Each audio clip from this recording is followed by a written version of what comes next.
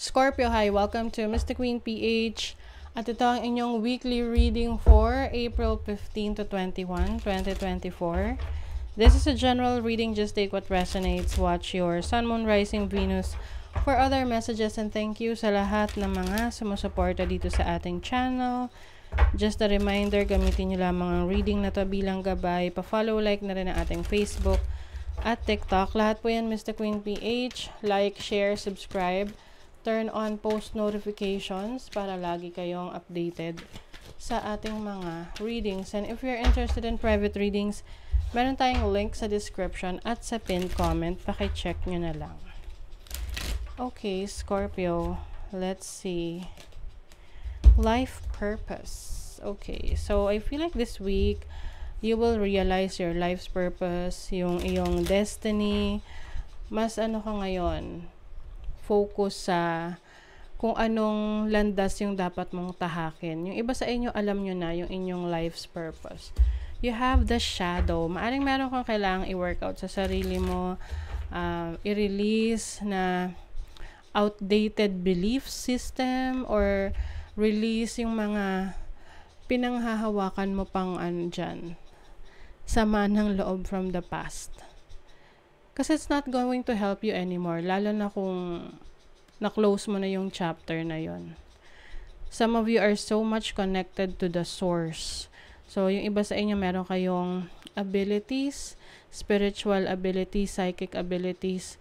Some of you, maaring ito yung nare-realize ninyo na life's purpose ninyo to help others, to spread awareness.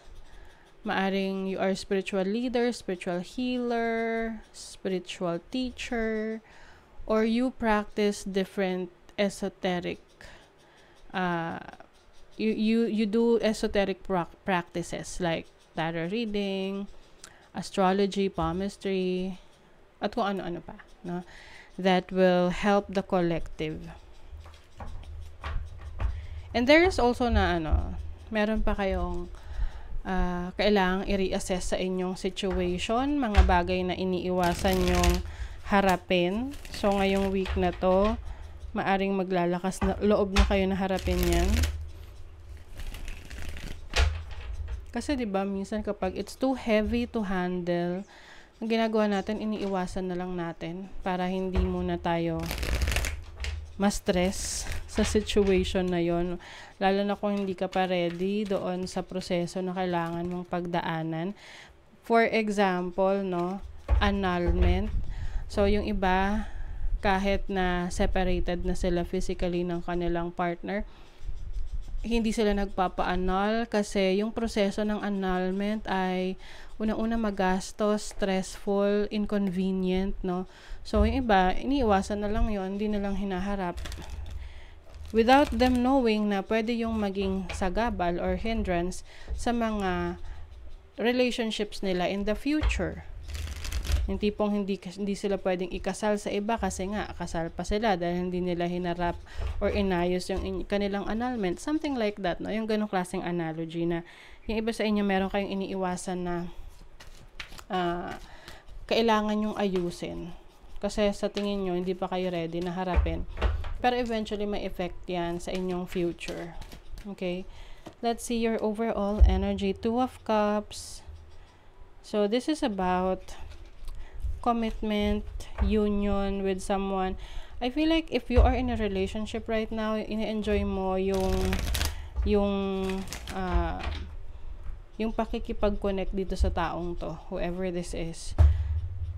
Maari ring merong usapan, no? Let's say you want to start a business, you are talking to people na may potential na maging business partner mo. But I see good energies around this, no? So, lalo na kung merong potential tong relationship na to, if this is a romantic partnership, maaring you enjoy each other's company. Your challenge, the 6 of Cups. So, maaring meron pang energy from the past na hindi mo pa naayos, hindi mo pa nare-release, na pwedeng makaapekto sa present connection mo. Okay? Some of you, meron kayong trabaho or responsibilities in the past na hindi nyo inasikaso. Yung tipong nag-AWOL ka. Basta ka na lang nag-missing in action dun sa trabaho na yon. So, hindi ka pa nakapag-clearance. And then, meron kang gustong pasukin na bagong trabaho. But it is requiring you to show your employment history. So, mahirapan ka na magpakita ng employment history kung hindi mo naayos yung past employment mo. Oo. So, ito yung time na, kasi meron tayong Mercury retrograde. This is the time for us to manage or to fix something na napabayaan natin in the past. Para to finally move on at hindi na siya maaka-apekto sa future natin. Let's see your opportunity. You have the Ace of Cups. Opportunity for new love. Opportunity for a new source of happiness. Yung iba, may bagong trabaho, bagong business, pwedeng bagong relationship din. You're very excited about this new venture. Marami kang plans, no? Nag-uumapaw ang mga plano mo moving forward. So, it's much better na ayusin mo muna yung mga unfinished business. Can be sa trabaho, career, business, or sa connection sa isang tao para mas ma-enjoy mo tong new beginnings. What is the blessing? You have the Four of Swords. The blessing is healing. Okay? So, you're healing from your past. You are healing. Meron kang, ang blessing dito, maayos mo kung ano man yung kailangan mong ayusin na tinalikuran mo or iniwasan mo in the past eh. So, at least, wala kang, unfinished business. That's important. Let's see what else. Yung iba naman, ang blessing sa inyo, good night's sleep. Naku maraming makikipag-unahan para makakuha ng masarap na tulog na uninterrupted, no? Kahit 7 hours lang na tulog na walang interruption, na hindi ka magigising ng every 2 hours. Kasi yun yung very relaxed and nakakapagpahinga. So, that's a blessing. Pwedeng meron kayong magagawang paraan, meron kayong babaguhin sa lifestyle ninyo, or may iti-take kayong supplements or medicines para doon, no? Para sa inyong tulog. So, you have Venus in Libra in the 7th house. Meron kayong hindi mapag-desisyonan sa relationship. Siguro parang gusto nyo nang pumasok sa relationship pero hindi pa kayo sigurado. Kasi nga, meron pang energy from your past.